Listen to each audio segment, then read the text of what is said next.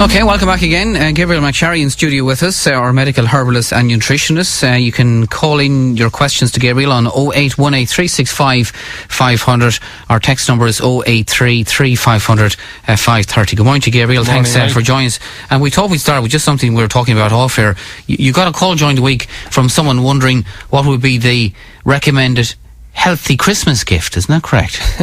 Yeah, it was a funny one actually, but when I thought about it, there's a couple of things I suppose that I think it'd be good. One is a crock pot. It's also known as a slow cooker, but generally they're called crock pot. A crock pot, and these are totally legal now, we should say, isn't that correct? Oh yes, yeah. You'll get this in Currys or other electrical stores. A crock pot. Yeah, it's also known as a slow cooker, but really it's something you'd put in, we'll say, meat and veggies and spuds, say, and a bit of water and some herbs and spices, and you turn it on and it cooks at slow heat over the space of 10 or 12 hours. So it's a slow cooker.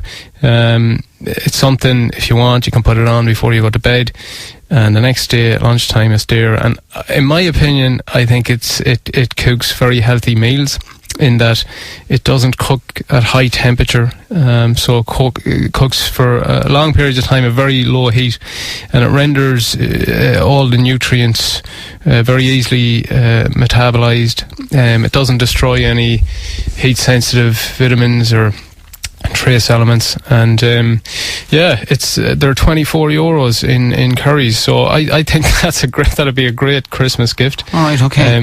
For anybody, and it's very handy for people who go to work and maybe nip home for their lunch or whatever, and it can help them there at time constraints if they want home cooked meals but don't have a long time to do it. It's something that's a handy little tool. And the other thing worth mentioning, I think, is a juicer. So Lidl currently are selling juicers for €30. So that'll be another great Christmas present, in my opinion. Juicers, well, you can juice anything like fruits or veggies. My opinion now, fruit juice is a bad idea. It's too high in sugar. They're natural sugars, but it's still too high. Really, eat the fruits by all means. It's great for you. But not the juice. Yeah. That's surprising now. I know, and it's a common thing. You'll get a lot of people who feel to start the morning the healthy way. They'll have a full glass of orange juice or something. Yeah. I think it's way too much of a sugar hit. If you'd never really sit down and eat 7 oranges. If you're eating the fruit itself, you get some protein and some fibres there as well.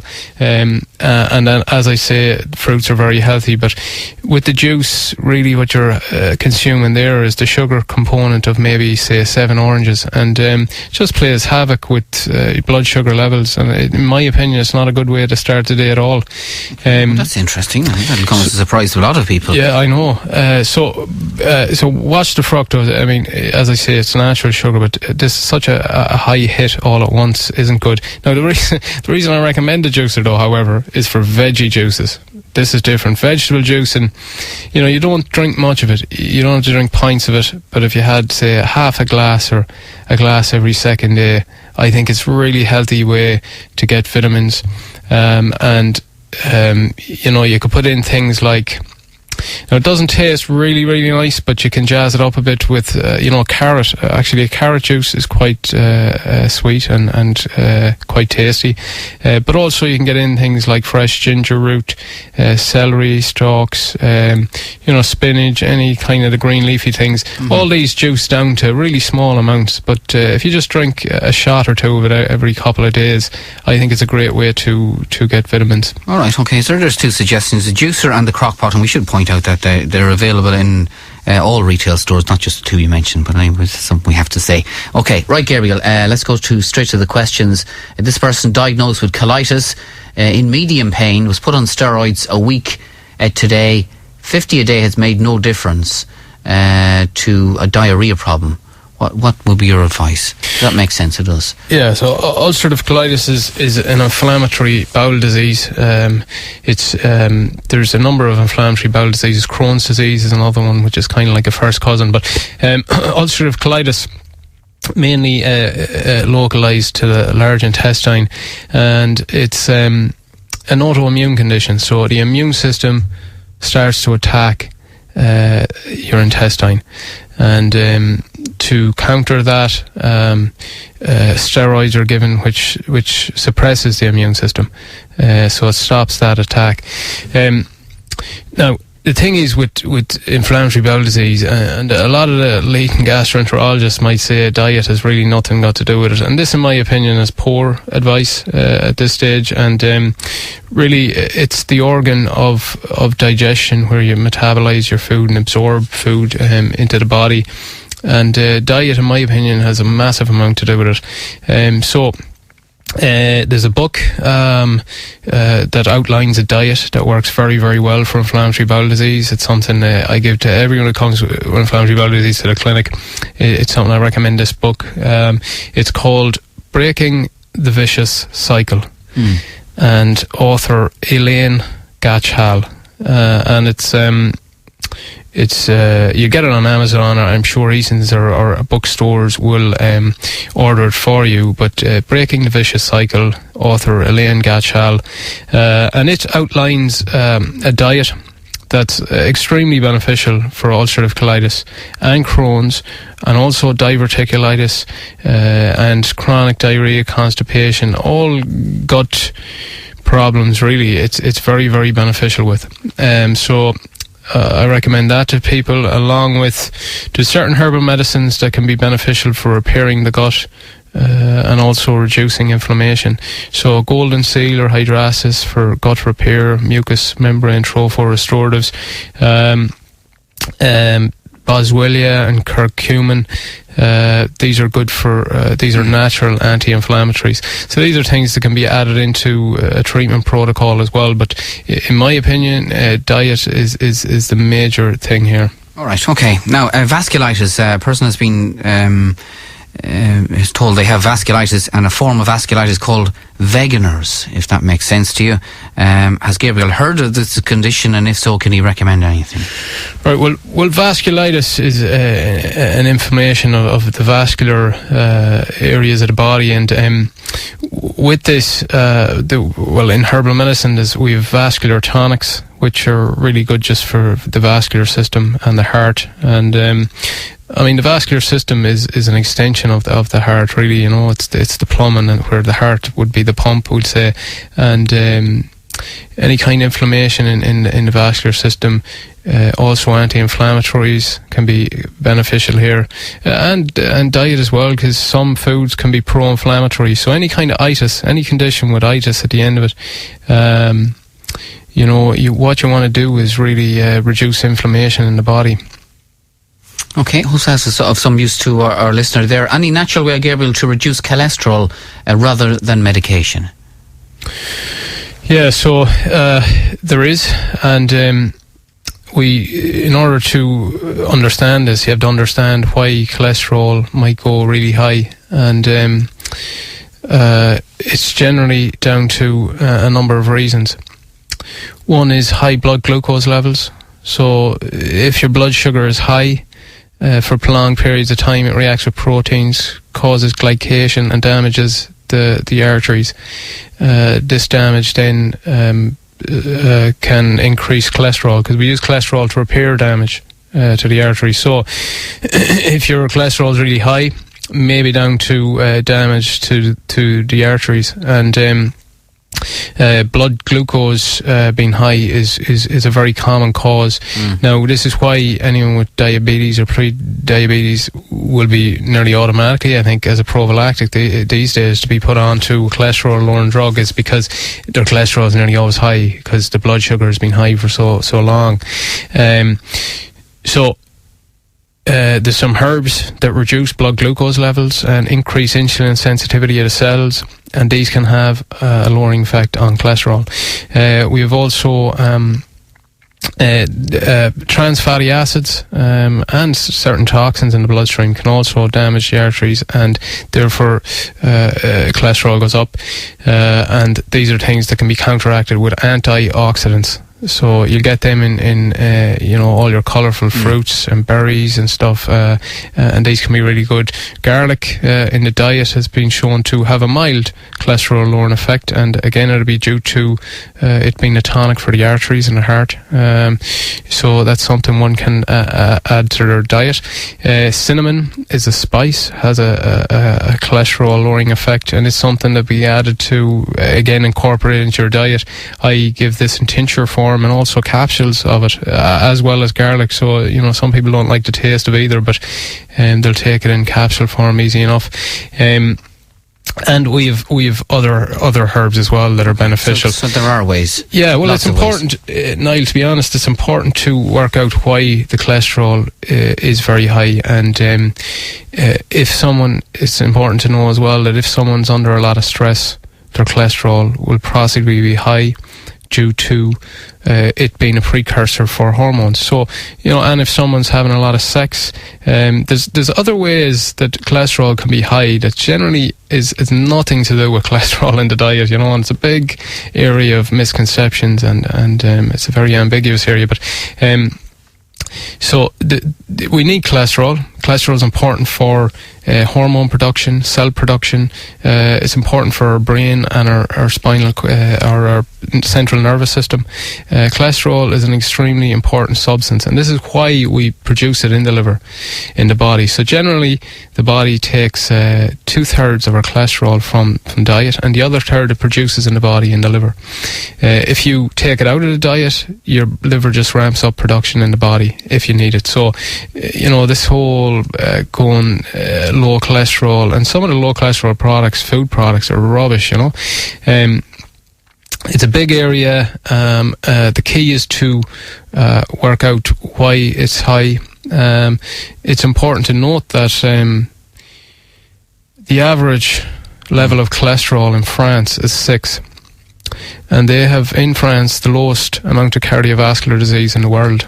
Right, okay. Whereas 6 would be quite high here, wouldn't it? Or was it this is it. On the borderline? It used to be, but then they've lowered it then to down to below 6 to 5, and now they're trying to get it below 4. And I think some authorities in the medical establishment are trying to push it lower again, and which is poor, really, because low cholesterol, really low cholesterol, is extremely bad for health, and.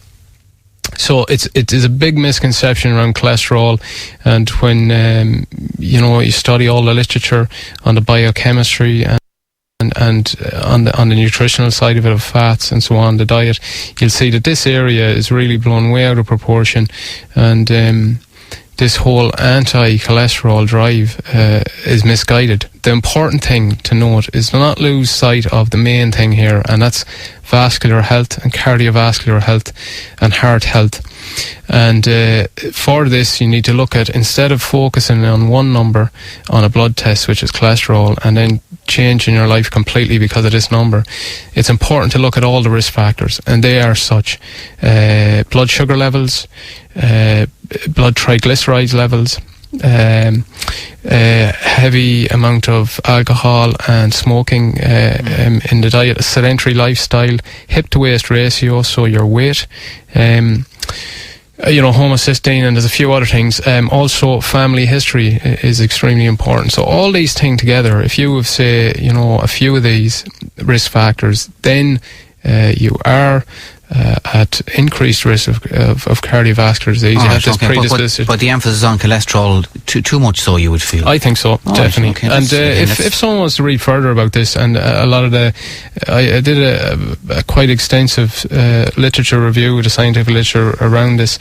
I've published it on my website, westernherbalmedicine.com, and all these articles are free there to go in and read, because it's a big area. It's very, we could talk about it here for a couple of hours now, but it's generally there's a lot of misconceptions around it, you know. All right, okay. One more question before our break, and it's a strange one. Gabriel, anything for redness of the nose? And what they're saying is it happens when it's cold or hot. Their nose goes red. It's just the nose, not the cheeks or anywhere else. This is a strange one. You have any suggestions for that person at all? And it might happen a few times a day, they're saying. Right, yeah. It's an interesting one. And I'm not even too sure if there's anything wrong with that as such. It'd be just the way the circulation goes to the nose, maybe, unless it's something like rosacea, arachne rosacea, where you get this red nose, but it's generally accompanied by a red butterfly rash around the cheeks too.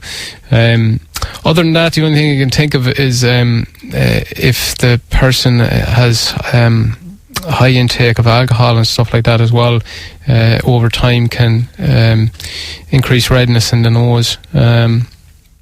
But if it's not that, it could be a few other things, hormones imbalances and so on. I'm just not too sure, really. All right, okay. We'll take a short break. Lots more questions to get through, and keep your questions coming for Gabriel. It's 24 minutes now past 11. Ocean FM. Ocean FM. Northwest today with Rogers Topline Ballymote. New in-store layout and new homewares and lighting section. With the same great value close to home. Porrick, Mihal and all at Rogers Topline wish all their customers a happy Christmas and peaceful New Year. RogersTopline.ie. Ocean FM. This is Ocean FM. Hi, Marion Fitzgerald here, inviting you all to join me every Tuesday evening between 7 and 9 p.m. for Ocean Country. Brought to you in association with the Holyrood Hotel, Blue River Spa and Leisure Club Bundoran, right here on Ocean FM. Ocean FM. Everybody expects free calls and texts from their mobile phone company. But with O2, you get to make great savings with lots of Ireland's top brands. Like 10% off at Aware stores or at aware.com, exclusively for you. And now you can enjoy even more daily treats and special treats all year round. Visit o2.ie today and start making savings with loads of top brands. O2, together is better. Subject to availability and registration. Terms and conditions apply. Visit o2.ie for more. Christmas crackers this week at McGowan Spar Supermarket and Off-Licence Kinlaw. Large Pringles, €1. Spar Crisps 6-pack, €1. Spar Mince Pies 6-pack, €1. And Ben & Jerry's ice cream now half price. There's lots more specials in store and a super free draw for all customers at McGowan Spar Supermarket and Off-Licence Kinlaw. I'd like to marry your daughter. I said, have you seen her mother? Brendan Grace presents his new show at the Sligo Park Hotel on Sunday, January the 2nd, and the Mount Errigal Hotel at Kenny on Saturday, January 22nd. Tickets now available at both hotels and ticketmaster.ie. And remember, a pair of Brendan Grace tickets is an ideal Christmas gift. Enniscrone Golf Club have a special offer for Christmas. Our vouchers from €30. Also for beginner golfers, our full membership rate of only €266 is available. Call 096 362 97. Hi, I'm Nevin Maguire, and if you're looking for a little variety this Christmas, why not try Delicious Lamb? There's so many ways to enjoy it, from spicy meatballs and tomato and ginger sauce to a mouth-watering leg of lamb with mustard and rosemary. Shop with pride this festive season and choose lamb with the Board Bia quality mark. For recipes and tips, visit boardbia.ie. Tommy Hilfiger Sligo Christmas makeup promotion now on. Buy any item from our ladies or children's and get a second for half price. Tommy Hilfiger Sligo Christmas makeup promotion now on. For a few €1,000,000 I'd walk barefoot across a mile of hot coals with firelighters between my toes while spraying deep heat on my tongue. Ready? Teddy! Why do anything to become a millionaire when you can just play Lotto? The jackpot is heading for €4.5 million. Hot, hot, hot. Play Lotto. It could be you. Okay, it's wrapping paper, folks. Paper that wraps. It's not keeping till next year's paper, not carefully unsticking the tape and ironing out the creases paper. It's rip and shred and yank out the gift wrapping. Let's face it, the only paper worth holding onto at Christmas is the one that tells you what's on the telly, how to cook the bird, who's doing what to whom. The only time of the year when being a neat freak is a bad thing is Christmas. You see, Christmas begins with the RTE Guide. To have your say, call the Northwest Today comment line on 0818 365 500. Text your comment to 083 3500 530. Okay, welcome back again. Gabriel McSharry is with us, medical herbalist and nutritionist, and I have to say you've opened a huge debate about cholesterol levels. Maybe we'll get back to those later, and if not, we'll come back to them last week, because now people are wondering what are the safe levels of cholesterol and how low is low, and is there a danger of their levels being too low. But maybe we'll come back to that next week, Gabriel, but it's interesting what you say. Now, do you know anything about Usher syndrome? No. Does that make... I've never heard of it. Maybe one of these kind of rare-ish conditions I'd have to look into, you know. The one thing, give me a ring off here and I'll look into it for them, but I haven't heard of it. All right, okay. I have a strong taste of salt in my mouth. What could that possibly be? Would Gabriel have any suggestions? Yeah, not too sure there again. Possibly you're dehydrated. I mean, dehydration is something that I think, you know, a dry mouth is probably one of the last symptoms of it, and there can be many. And we're generally, in general, we don't drink enough water in Ireland, and it's this kind of hydrophobia where we're kind of afraid, or we, you know, I might ask people, I ask everyone actually, how much water do you drink when they come to the clinic, and they'll say, water do you drink when they come to the clinic, and they'll say, oh, well, I've 6 or 7 cups of tea. You know, I mean pure water. So if you're getting salt taste in your mouth, try increasing your amount of water, maybe to 2 pints a day minimum, or maybe 3 pints, and just see does it go. All right, okay. Pull ligaments on your hip.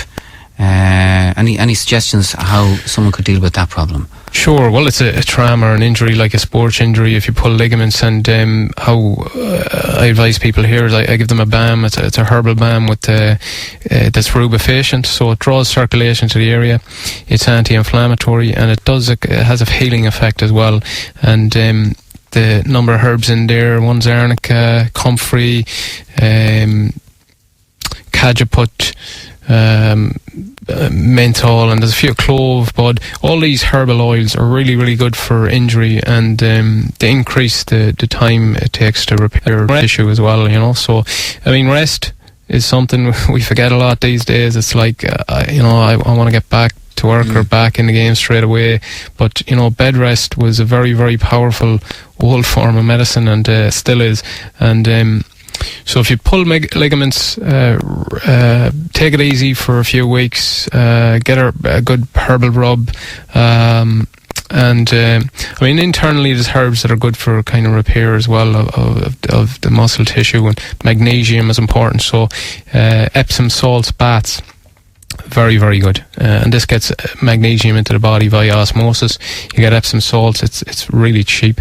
You get it in your chemist, and put 3 mugs of it per bath of water, and soak in that for a couple of times a week, and that should all increase the repair time. All right, okay. And there's a lot of people now ringing in relation to having the red nose syndrome, for want of a better word, again, and they're suggesting all sorts of reasons as to what could it be.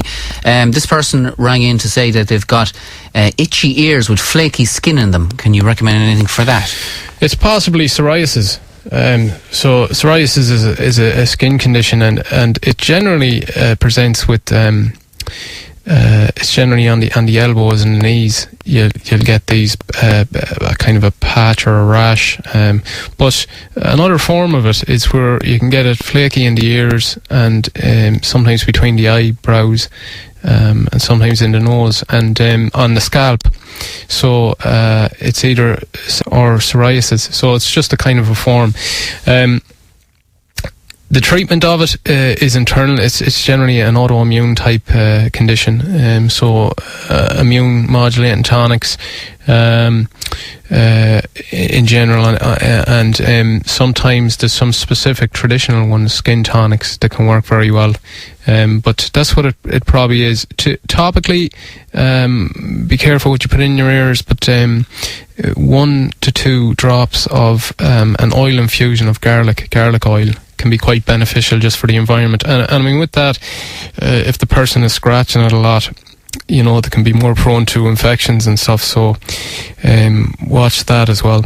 All right, okay. Alpro soya yogurts, are they healthy or not? No, they're not. Okay.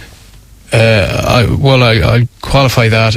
Soy is something that's it's marketed very well as a health product, and in my opinion, it's not.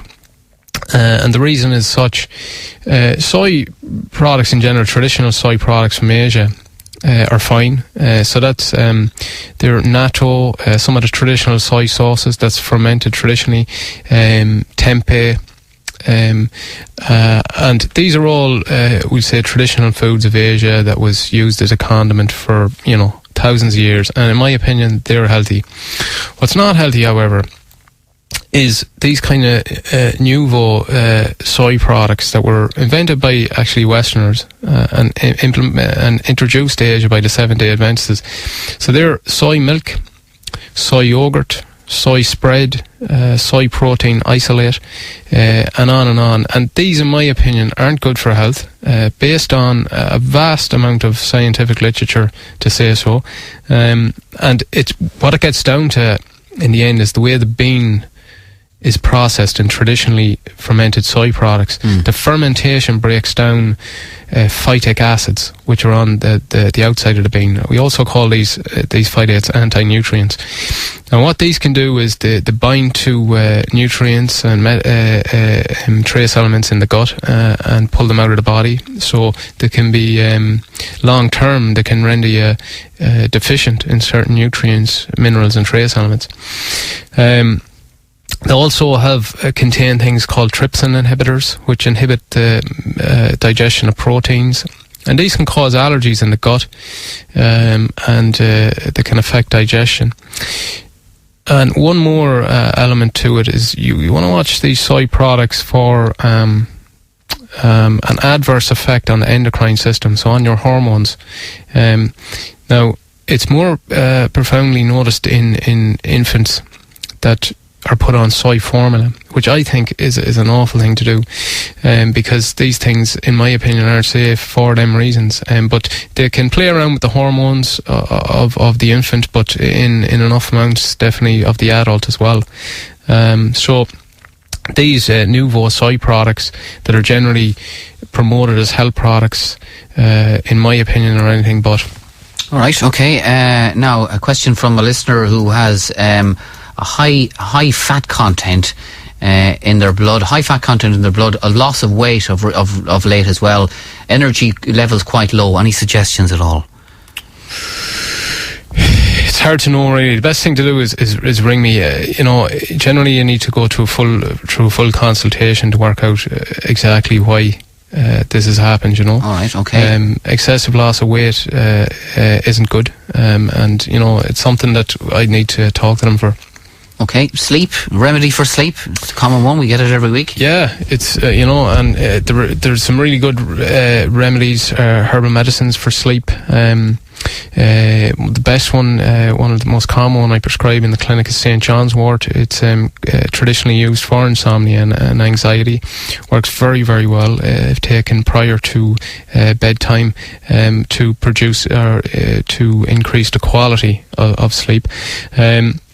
Other ones, valerian, lemon balm, humulus, leonoris, lavender, chamomile. These are all traditional nervous system tonics, and can be really good as sleep aids. Now, I bet you there's people sitting out there going, you know what, I've tried all them, nothing, they've done nothing. But in isolation, in my opinion, they're not that powerful unless you also address lifestyle and diet, which is very important. Now, lifestyle meaning, even things like watching TV before you go to bed, doing work in your bed, having the laptop up in your knees, sitting in the bed, all these things are really not what you want to be doing at bedtime, Within the hour before bed, you want to be winding yourself down, light. Again, these actually are on my website, all there for free. I have 40 guidelines to a good night's sleep, but we should really sleep in total darkness. So during the day, expose yourself to as much natural light as possible, and then during the night, sleep in complete darkness. This is very important for two major hormones, neurotransmitters, serotonin and melatonin. Now, these are serotonin are a happy hormone, and it can be good for mood and that as well. Melatonin, really important hormone neurotransmitter. It's anti-cancer, but it's also really good for sleep. These two hormones need to be in harmony. So during the day, when you're exposed to high amounts of natural light and sunlight, you produce a lot of serotonin, or happy hormone. So it should be high during the day, and melatonin should be low during the day. And then at night time it flips. So serotonin should be low, the production at night, but melatonin should be really high. And the reason melatonin goes high is when you're in complete darkness. So that's the way the body produces them. In bright, it produces serotonin. Darkness, melatonin. And it's that symphony, and that's the way it should go. Now, what's happened since, well, I guess to be purist about it, since the invention of the light bulb, but in general, what we do now is we're exposed to a lot of junk light, like junk food. We've junk light. So junk light is artificial light from a TV, from a computer, from the light bulb. And how many hours do we spend staring into the TV or the computer, and this junk light going into our eyes, when really we should get real light, so full spectrum daylight and UV sunlight. So the junk light's a problem, and we do this right before we go to bed, right? Especially these days, where it gets dark at 4 o'clock, or and if you go into work at 9 and you come out at 5, you really not exposed daylight at all. No natural light at all, and it's a problem. And this is why we have this well documented disorder called seasonal affective disorder, where mood goes down and so on, and sleep pattern gets thrown out. So there's great herbal remedies, but also watch the lifestyle, and also diet as well. Watch stimulants, caffeinated beverages, high sugar, high alcohol diets. All these things can affect sleep. All right, okay. Gabriel, many thanks for joining us. Lots of questions in relation to cholesterol. Just one person suggesting in relation to the red nose problem a person had. Someone texts in, and I'm assuming it's a genuine suggestion, that they had a red nose problem for a couple of years. When they were stressed out, they used to get it. So when they stopped fighting with people and giving out, it went away completely. So maybe that's the natural solution to that one. Many thanks for joining us again, Gabriel. That's Gabriel McSherry, medical herbalist and nutritionist. Back with more in a short few moments. It's coming up to 90 minutes to 12. Ocean FM.